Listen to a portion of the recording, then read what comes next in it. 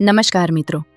એક સમય હતો જ્યારે ગામડું શાંતિ, પ્રેમ અને કુદરતનું ઘર ગણાતું હતું, જ્યાં સવાર પડતા જ પક્ષીઓનો કલરવ સંભળાતો, લોકો એકબીજાને મળીને દિવસની શરૂઆત કરતા અને આખું ગામ જાણે એક પરિવાર હોય એવું લાગતું.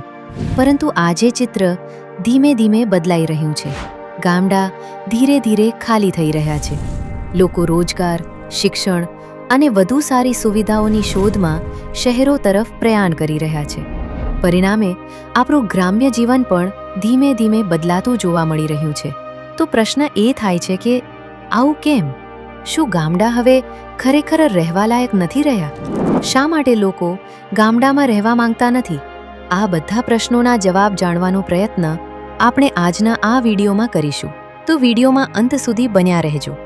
અને હા, વિડીયો શરૂ કરતા પહેલા એક નમ્ર વિનંતી: જો તમે હજુ સુધી અમારી ચેનલને સબસ્ક્રાઇબ ન કરી હોય તો હમણાં જ સબસ્ક્રાઇબ કરી દેજો, જેથી આવા જ માહિતીસભર અને વિચાર પ્રેરક વિડીયો તમને સતત મળતા રહે.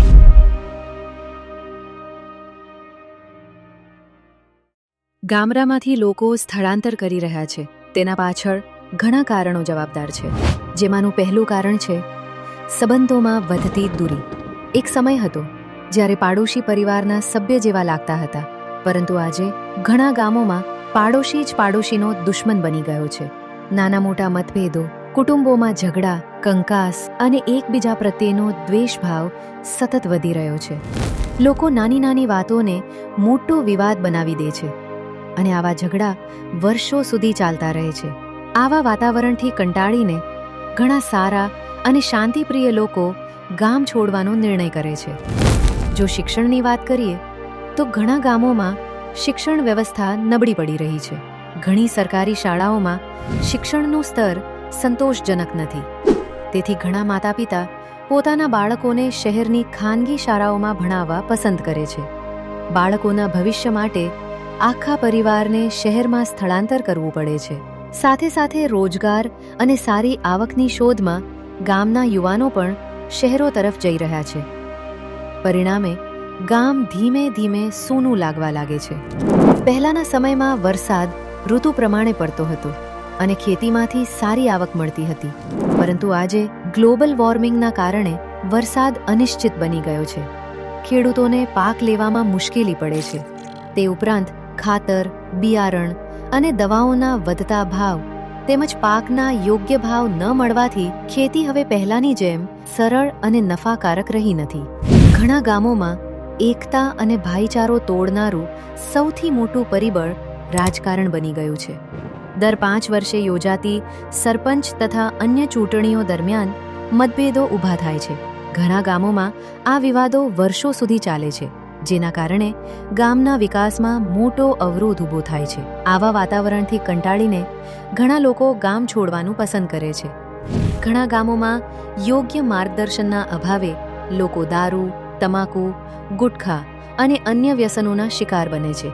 આ વ્યસનોના કારણે અનેક પરિવારો તૂટી જાય છે. ઘણા પરિવારો પોતાના સ્વજનોને ગુમાવે છે અને સાથે આર્થિક મુશ્કેલીઓનો પણ સામનો કરે છે.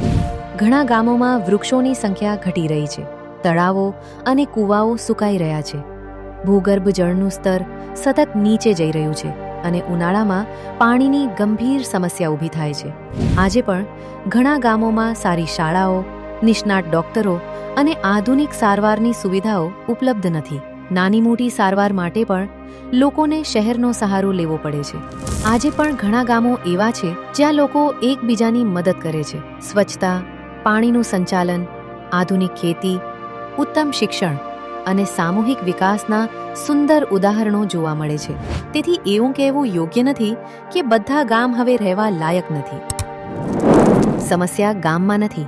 સમસ્યા આપણા વિચારોમાં, સ્વાર્થમાં, બેદરકારીમાં અને સામાજિક જવાબદારીના અભાવમાં છે. જો આપણે સૌ મળીને કામ કરીએ, વૃક્ષો વાવીએ, પાણી બચાવીએ, વ્યસન છોડીએ, ભાઈચારો જાળવીએ અને ગામના વિકાસમાં પોતાનો ફાળો આપીએ, તો ગામ ફરીથી રહેવા માટેનું શ્રેષ્ઠ સ્થાન બની શકે છે. ગામ માત્ર એક જગ્યા નથી. ગામ એટલે સંસ્કૃતિ, ગામ એટલે સંબંધ, ગામ એટલે કુદરત, ગામ એટલે આપણા મૂળ. મારું ગામ જ મારી સૌથી મોટી ઓળખ છે.